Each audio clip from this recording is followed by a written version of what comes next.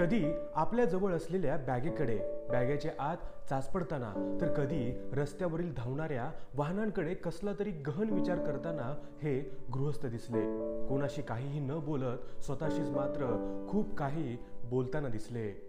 त्यांची प्रत्येक हालचाल शून्य आणि शून्यचा अर्थबोध करत होती. अशा काहींच्या हालचाली कधी कधी नको त्या पाऊल टाकत असताना आपण पाहत व ऐकत असतो. सहज आवाज देत काकांना विचारले, काका काय शोधत आहात? पटकन या गृहस्थ काकांनी माझ्याकडे काही सेकंडचा पॉज घेत पाहिले आणि मग पटकन म्हणाले, पत्ता शोधत आहे ताई. आणि पुन्हा शून्यपणे एकटक रस्त्याकडे पाहत राहिले. काहीतरी वेगळीच गडबड जाणवली खरी. आपल्या अवतीभोवतीच्या अशा शून्यपणे बसलेल्या लोकांना बोलतं करणं आता काळाची गरज आहे. मग ते आपण असो किंवा इतर कोणीही. थोडे थांबून बोलते करूया या काकांना म्हणून सहज पुन्हा विचारले, काका मग पत्ता सापडला का? कोण राहतं का इथे आपले? मग ते हळूहळू बोलू लागले, भाऊ आहे मला असे म्हणत शांत झाले. मग मी विचारले, पण तो घरात घेत नाही मला आता का? मी विचारले असता पुढे ते म्हणाले, इथल्या विमल नावाच्या कंपनीत मी कामाला होतो. काही दिवसांपूर्वी कंपनी बंद पडली. मला माझा पगार आणि PF म्हणून एकूण 1,35,000 रुपये मिळाले. मी, आई आणि माझा भाऊ एकत्र राहत होतो. काही दिवसांनी आई देवाघरी गेली असता माझ्या भावाने मला माझ्या बँकेत बोलावून गोड बोलून सह्या घेऊन माझ्या आयुष्यभराची कमाई 1,35,000 रुपये काढले आणि त्याच्या जवळ ठेवले. आणि नंतर मला घराबाहेर काढले. एकट्याला पोसायला मला जड जातं असं त्याचे म्हणणे आहे. माझ्या सख्या भावाचे बोलणे ऐकताच मला खूप धक्का बसला. मी ढासळलो. माझे पैसेही परत दिले नाही त्याने. मला कोणाचा आदर नाही म्हणून इथे तिथे रस्त्याच्या कडेला दिवस काढत काम शोधत असताना मला जवळ एका हॉटेलमध्ये काम लागले. पडेल ते काम करत मी दिवस काढू लागलो.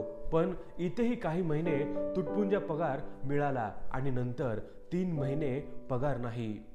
तिथेच खाऊन मी राहत होतो म्हणून मला पगार नाही मिळणार असे शेठ म्हणाले. मी खूप विनवण्या केल्यावर मला माझा पगार म्हणून 650 रुपये दिले गेले. खूप कमी पगार दिला, पण त्यासाठी मी मारही खाल्ला. मार का खाल्ला हे समजले नाही ताई. मी पुन्हा रस्त्यावर राहू लागलो. रोज विचार येतो ताई, आपल्या आयुष्याचं काय पुढे? कंपनी बंद पडली. आई बाबा गेले. आपला भाऊ आपल्या आयुष्यभराची कमाई हिसकावून आपल्यालाच घराबाहेर काढले. मेहनतीने काम करूनही आपल्याच पगारासाठी आपण मार खाल्ला. येणारी जाणारी माणसे देखील मला हिडीस पिडीस करतात. गरीब परिस्थिती, माझ्या खांद्यावर बॅग पाहून मला काही लोक वेडही समजत असतील. कोणीही स्वतः थांबून माझ्याशी बोलत नाही. धन्यवाद, आपण माझी चौकशी केलीत. खरे सांगतो, खूप बरे वाटले ताई. भडाभडा काका बोलू लागले होते आणि त्यांना शून्यातून बाहेर पडताना पाहून बरे वाटले.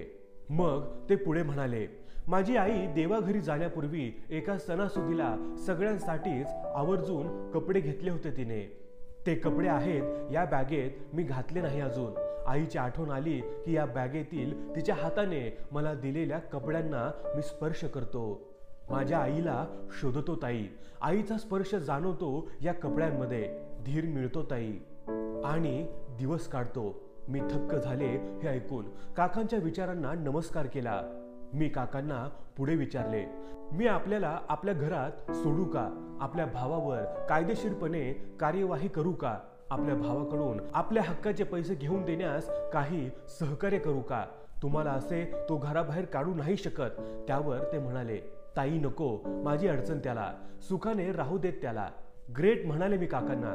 माझा नंबर देत म्हणाले, कोणीही नाहक त्रास कधीही दिला तर रस्त्यावर येणाऱ्या जाणाऱ्या कोणाला तरी मला फोन करायला सांगा.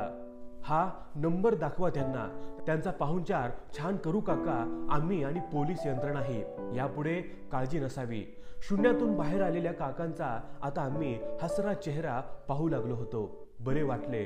त्यांचा मान राखावा म्हणून त्यांना थोडं आर्थिक सहकार्य देताना म्हटलं, काका आपण मला ताई म्हणालात म्हणून खाऊसाठी ठेवा, नाही म्हणू नका असे म्हणत काकांचा निरोप घेतला. मित्रांनो, या व्हिडिओबद्दल तुमचं मत काय हे आम्हाला कमेंट करून जरूर कळवा.